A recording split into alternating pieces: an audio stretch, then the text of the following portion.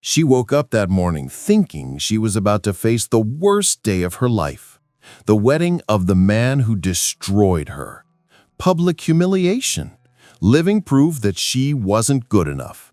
But then, a helicopter landed, and from it stepped someone who would change everything. Sometimes, destiny doesn't ask if you're ready.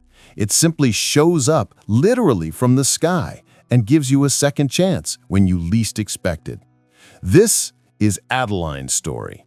And if you've ever felt like you weren't enough for someone, you need to hear this story. You won't regret it. Adeline never imagined routine could weigh as much as a soaked dress. Every day, the same ritual. Instant coffee in the trailer, crowded bus, uniform too tight across the shoulders, forced smiles for customers who barely saw her. It was as if she'd become invisible after the divorce, a shadow serving plates and wiping tables while the world spun on without noticing she was still breathing.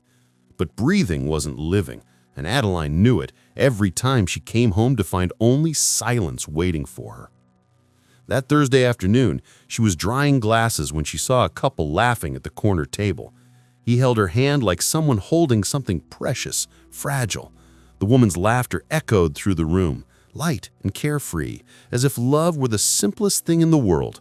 Adeline felt a pang in her chest, not envy, but memory. She had been that woman once, years ago, when she still believed being loved was a right and not a temporary privilege. The envelope arrived at the end of her shift, delivered by Dana, her coworker with curious eyes and a sharp tongue. "That's a wedding invitation, Addie, from your ex." Dana's voice had that tone of someone who already knew it was going to hurt. Adeline took the paper with trembling hands, feeling the weight of something much heavier than a simple piece of golden cardstock. "Michael Harris and Caroline Wells invite you to celebrate their love." The letters danced before her eyes, blurred by the anger rising like bile in her throat. But it was the handwritten message on the back that destroyed her from the inside. "I'd like you to come. No hard feelings, right?" The handwriting was his, the same one that once wrote love notes on the fridge. Now it wrote poisoned invitations. Adeline imagined Michael smiling as he wrote it, savoring the cruelty disguised as cordiality. He had always known exactly where to press to make it hurt more. And 5 years later, the skill remained sharp as a blade. That night, lying on the thin mattress in the trailer, Adeline twirled a strand of hair around her finger, the old habit she'd never managed to break, and wondered why it still mattered. Why did the opinion of a man who discarded her like out-of-season clothing still have the power to steal her sleep? Maybe because, deep down, a part of her still believed what he'd said, that she wasn't enough, wasn't sophisticated, wasn't worthy of his world. And that silent belief corroded her more than any insult. Dana called the next morning, before the sun even rose. "You're going, right? Please tell me you're going." Adeline hesitated, the coffee cup cooling between her hands. Going meant facing everything she'd tried to bury, the humiliation, the pain, the feeling of having been traded for an upgraded version of herself. But not going meant letting him win again, keeping her trapped in that small, frightened version he'd created. "I'll catch a ride with you," Adeline replied, her voice steadier than she felt inside. Because if Michael wanted to see her, then he was going to see her that she'd survived, even if inside she was still picking up the pieces. The resort parking lot was packed with imported cars when Adeline stepped down from Dana's old pickup. The simple dress she'd chosen, the only one she had without visible stains, swayed in Austin's hot wind, and she immediately felt out of place, like a wrong note in a perfect symphony. The women around her wore elegant hats and heels that cost more than her rent, and the men talked with that casual confidence of people who'd never had to worry about overdue bills. Adeline took a deep breath, adjusted the strap of her worn purse, and took the first step toward the entrance. That's when she heard it. A growing sound, deep, pulsing, that made everyone stop and look up at the sky. The black helicopter appeared like an apparition, cutting through the intense Austin blue with its gleaming rotors. Adeline shielded her eyes with her hand, feeling the wind lift her dress as the machine descended with surgical precision into the reserved space. It was too cinematic to be real, and for a moment she wondered if she was dreaming, if stress had finally broken something inside her head. The door opened, and he stepped out. Riley Ford had that presence that didn't need introductions. Broad shoulders, impeccable suit, the kind of man who seemed sculpted for magazine covers. But it wasn't just his appearance. It was the way he moved, with a calm confidence that didn't need to prove anything to anyone. 2 security guards flanked him, but he barely seemed to notice. His eyes swept across the parking lot, analytical, until they landed directly at Adeline. And then, to everyone's shock, he walked straight toward her. "Are you Adeline Turner, Michael Harris's ex-wife?" His voice was deep, direct, no nonsense. Adeline felt her heart race, words trapped in her throat like stones. She could only nod, unable to process why a man who just stepped off a helicopter knew her full name. He extended his hand, and when she took it, she felt the firm, respectful grip. "Riley Ford, pleasure to meet you in person." In person? As if they already knew each other somehow? Before she could ask anything, he continued, lowering his voice slightly, as if sharing a secret. "I know what he did to you. I know how your marriage ended, how much he offered, how he treated you like you were worth nothing." Each word was a stab at wounds Adeline thought had healed. How did he know? Who had told him? "And if there's one thing I can't stand," he continued, his jaw tensing slightly, "it's men who discard women like they're disposable objects. So here's my proposal. If you're going into that wedding, you're going in on my arm." The world around them seemed to pause. Adeline looked at him, at this stranger who had descended from the sky, offering exactly what she didn't even know she needed: dignity. Adeline never imagined a hotel suite could seem bigger than her entire trailer. The full-length mirror reflected a version of her that seemed to have stepped out of another dimension. The haute couture dress in navy blue hugged her body, as if it had been designed specifically for her. Her hair fell in soft waves over bare shoulders, and the borrowed jewels sparkled against her skin like small constellations. The makeup artist had highlighted her eyes in a way that made them appear larger, deeper, as if they held important secrets. But beneath all that transformation, Adeline was still the frightened waitress who twirled strands of hair when she got nervous. Riley knocked on the door at exactly 6 o'clock, punctual as promised. When she opened it, she saw something cross his face, an expression too quick to name, but that seemed like genuine admiration. "You look stunning," he said, without that exaggerated tone men use when they're lying. It was a simple, honest observation, and it completely disarmed her. He offered his arm, and when she took it, she felt a comforting steadiness, as if he were saying without words, "I've got you. You can trust me."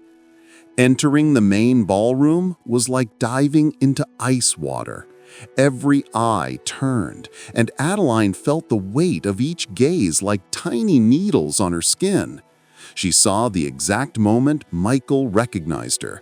The champagne glass stopped in midair, his smile froze on his face, and something like panic crossed his eyes.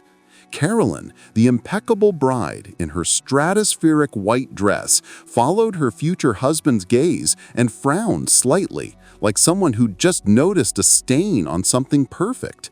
Whispers began to spread like wildfire through dry grass, and Adeline had to remind herself to breathe. Riley guided her to a strategically positioned table, close enough to be noticed, far enough to have privacy. He pulled out the chair for her with natural gentility, and when he sat beside her, he leaned in slightly. "How are you feeling?" The question was simple, but carried a weight of real care. Adeline twirled the strand of hair, noticed the gesture and forced her hand back to her lap. "Like I'm wearing someone else's skin," she admitted, and the honesty surprised her.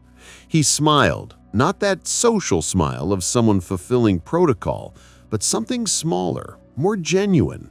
"I know exactly what that's like. When my ex-wife left me for a famous soccer player, I spent months pretending I was fine at events like this." The revelation fell between them like an invisible bridge. Adeline looked at him with new eyes, seeing for the first time the cracks beneath the impeccable armor. "She left you." The words came out before she could filter them, but Riley didn't seem offended. He just nodded, his eyes fixed on some distant point. "Said I was too obsessive about work, that she needed someone who made her feel alive." And there, among crystal glasses and floral arrangements that cost more than she made in a month, Adeline understood something fundamental. Pain didn't choose bank accounts. Abandonment hurt the same way, whether you lived in a trailer or a mansion. Riley wasn't there just to humiliate a business rival. He was there because he recognized in her the same wound he carried. And that recognition, silent and mutual, was more intimate than any conversation she'd ever had. But then she saw Michael approaching, his jaw tight, his eyes blazing with that controlled anger she knew so well. Michael stopped in front of the table with that posture Adeline knew by heart. Chest puffed out, chin raised, as if you were about to close an important deal. But there was something different this time, an almost imperceptible tremor in his voice when he spoke. "Adeline, what's an unexpected surprise?" The word surprise came out loaded with poorly disguised venom. He looked at Riley with a recognition that came accompanied by visible discomfort, and Adeline realized the two knew each other and that it wasn't a friendly relationship. Riley didn't stand up. He simply leaned back in his chair, crossed his arms, and raised an eyebrow with that irritating calm of someone holding all the cards. "Michael, beautiful wedding. Must have cost a fortune." The comment seemed casual, but Adeline caught the barbs in the subtext. The insinuation that Michael needed to show off because he had no real substance. Michael forced a smile that didn't reach his eyes. "I didn't know you two knew each other," he said, directing his gaze at Adeline with accusatory intensity, as if she'd committed some crime. Adeline replied, "We didn't," surprising herself with the firmness of her own voice. "Until today." She saw confusion pass across Michael's face, quickly followed by something darker, jealousy mixed with disbelief. How could she, the woman he'd discarded for not being sophisticated enough, attract Riley Ford's attention? The logic didn't compute in his head, and it made him dangerously unstable. Michael leaned over the table, lowering his voice to a tone meant to be intimidating. "Look, Addie, I don't know what game you're playing, but this is my wedding. You shouldn't have even come." The forced familiarity of the nickname, Addie, made her stomach turn. He no longer had the right to call her that, to act like he still had some kind of power over her. Adeline opened her mouth to respond, but Riley was faster. "She was invited, or did you forget that little note you wrote?" Riley stood then, not aggressively, but with a presence that simply commanded the space. He positioned himself between Adeline and Michael like an invisible shield, and continued, in a voice low but sharp as glass. "You know what your problem is, Michael? You threw away someone extraordinary because you were too insecure to recognize her worth. And now, seeing her here, you realize you made the biggest mistake of your life. But it's too late. She's moved past you. You're the one who'll never get over losing someone like her."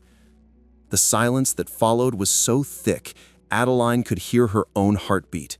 Michael turned red, the vein in his neck bulging, but he couldn't formulate a response, because Riley was right, and everyone there knew it. That's when Grant Whitford, the oil magnate and father of the bride, approached with heavy steps and a scowling expression. "Is there a problem here?" Riley, I didn't expect you to come cause embarrassment at my daughter's wedding. Riley turned to Grant with a smile that had nothing friendly about it. Embarrassment? I merely came to accompany a lady who was unjustly treated.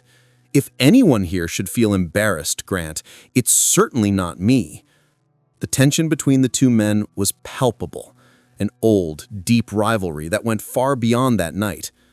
Adeline realized she was in the middle of something much bigger than her own past. But when Riley extended his hand to her and said, "Shall we?" Adeline took it without hesitation. Because for the first time in 5 years, someone had stood by her side when it would have been convenient to simply walk away. The trailer had never seemed so small as it did that early morning. Adeline sat on the edge of the narrow bed, still wearing the haute couture dress that now seemed absurdly out of place among the peeling walls and worn linoleum floor. Her phone vibrated in her palm, lighting up her face in the dark, and Riley's message glowed on the screen. "Are you okay? Sorry if I went too far, but I don't regret a single word." Adeline reread it 3 times, feeling something strange expand in her chest, a mixture of gratitude, confusion, and a fear she couldn't name. She responded with trembling fingers, "I'm fine. Thank you for everything. You didn't have to do that." His reply came almost instantly, as if he'd been waiting awake on the other side of the city. "I did have to. Someone needed to show you that you matter." Adeline closed her eyes, pressing the phone against her chest as if she could hold those words forever. No one had ever said anything like that to her. Not that way, loaded with a sincerity that hurt for being so rare. In the following days, they kept talking. Messages turned into calls stretched for hours, and Adeline found herself anxiously waiting for the sound of the phone ringing. Riley talked about the ex-wife who'd traded him for a more glamorous life, about lonely nights in an empty mansion that echoed like a mausoleum. "You know what's worst?" he said one night, his voice hoarse with exhaustion. "It's not the betrayal. It's realizing you gave everything to someone who never really saw you." Adeline swallowed hard because she knew that pain exactly. It was the same one she'd carried since Michael said she didn't fit in. But there was something different about the way Riley talked about vulnerability. He wasn't ashamed to admit it had hurt, that it still hurt sometimes, that rebuilding trust was daily work. And that gave Adeline permission to do the same, to stop pretending she was fine when she woke up in the middle of the night feeling the crushing weight of loneliness. "I'm scared," she confessed on a late-night call, twirling a strand of hair around her finger. "Scared that this is just a reaction.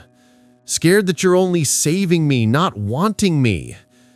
The silence on the other end lasted 3 heartbeats, long enough for panic to start rising in Adeline's throat.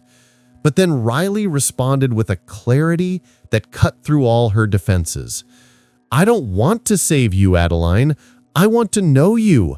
I want to find out what books you read, what songs make you cry, how you like your coffee in the morning. I want the details, not the tragic story." And in that moment, something inside her began to yield. Not break, but soften, like ice under the Austin sun. A week after the wedding, Riley showed up at the restaurant where she worked. He didn't call ahead, simply sat at a corner table and waited until she noticed him. When their eyes met across the noisy dining room, he smiled. Not that controlled smile from social events, but something genuine, almost shy. Adeline felt her heart race, her hands sweat, and for the first time in years, that feeling didn't come with fear. It came with hope. Because maybe, just maybe, revenge had lost its meaning the exact moment love started to make sense. The badge hanging from Adeline's neck still seemed surreal, even after 3 months of wearing it every day. Adeline Turner, Project Development Assistant. The black letters on a white background were a simple statement, but to her, they meant an entire universe of possibilities she'd never imagined reaching. The glass and steel office in downtown Austin reflected the afternoon sun, and she crossed the lobby with a confidence she was still learning to wear. Some days it fit perfectly. Others, she had to adjust it at the shoulders like someone trying on new clothes. Riley hadn't just offered a job. He'd offered a chance at reconstruction that went far beyond salary and benefits. He paid her tuition for a night business administration course, introduced her to mentors who took her seriously, and never, not once, made her feel like a charity project. "You have a talent for this," he said during her first week, reviewing a presentation she'd prepared. "You just needed someone to give you space to grow." And she grew. Not overnight, not without nights staying up studying, not without moments of paralyzing doubt, but she grew. Their relationship solidified in a way that surprised even the skeptics. It wasn't explosive or dramatic like in the movies. It was built on shared breakfasts, conversations about books they both loved, comfortable silences on lazy Sundays. Riley introduced her publicly at a business event, his hand steady on her back as he said, "This is Adeline, my girlfriend," with a pride that made her chest tighten. No one dared question it. No one looked down on her, and Adeline realized that power wasn't just in who you knew, but in how you allowed yourself to be known. Of course, Michael tried to discredit her. An article on a gossip blog insinuated that Adeline was an opportunist and that she was using Riley to climb socially. She read it on a Tuesday morning, sitting in the new apartment she shared with Riley, not too luxurious but comfortable, with windows that let in real light. She felt the old insecurity whisper in her ear. "See? You don't deserve this. It's all a lie." But before she could spiral, Riley walked into the kitchen, read over her shoulder, and simply said, "Desperate men make desperate noise. Ignore it." And she did, because Michael's opinion no longer had the power to define her. Adeline discovered that real revenge wasn't in proving anything to him, it was in building a life so full that he simply stopped mattering.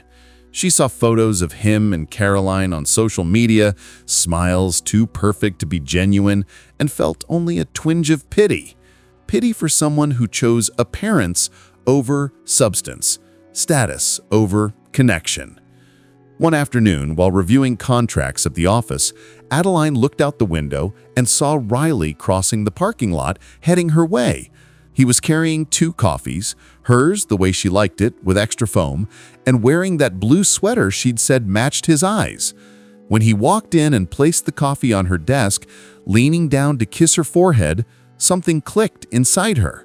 It wasn't a moment of dramatic epiphany, but a silent, deep recognition. She was happy. Genuinely, frighteningly, wonderfully happy. And when Riley smiled seeing her work, that small, private smile that was only hers, Adeline knew this wasn't just revenge that turned into love, it was the first page of a story she finally had permission to write the way she wanted. Adeline's story teaches us something profound about the nature of human transformation. Revenge can be the initial fuel, but it's love, for herself, for life, for someone who truly sees her, that sustains the journey. She didn't need to become someone else to deserve happiness. She just needed to find someone who could see the value that had always been there, hidden beneath layers of pain and rejection. Just as she discovered that love can change everything, each of us also carries that power of transformation within, waiting only for the courage to believe we deserve to start over. What seemed like the end, a cruel invitation to her ex-husband's wedding, revealed itself to be the beginning of something infinitely greater. Adeline learned that dignity isn't something others can give or take away. It's a daily choice to believe in your own worth, even when the world insists on saying otherwise. Riley didn't save her, he simply held the mirror at the right angle so she could finally see herself. And in that renewed vision, Adeline found not just a new love, but a new version of herself, stronger, wiser, more complete. Stories like this remind us that it's never too late to start over and believe in love, that the wounds of the past, however deep they may be, don't have to define our future. That yes, there is someone capable of seeing us beyond the scars and recognizing the beauty we carry even on the hardest days. Adeline's journey is living proof that the best revenge isn't proving anything to those who hurt us, it's building a happiness so authentic that they simply stop mattering. If this story touched your heart in any way, if you saw yourself in Adeline or recognized in Riley the kindness we all deserve to find, share in the comments. Love transforms lives. Let that message echo, because maybe someone who needs to hear it today will find exactly those words. Your voice matters, your story matters, and your journey of rebuilding can inspire more people than you imagine.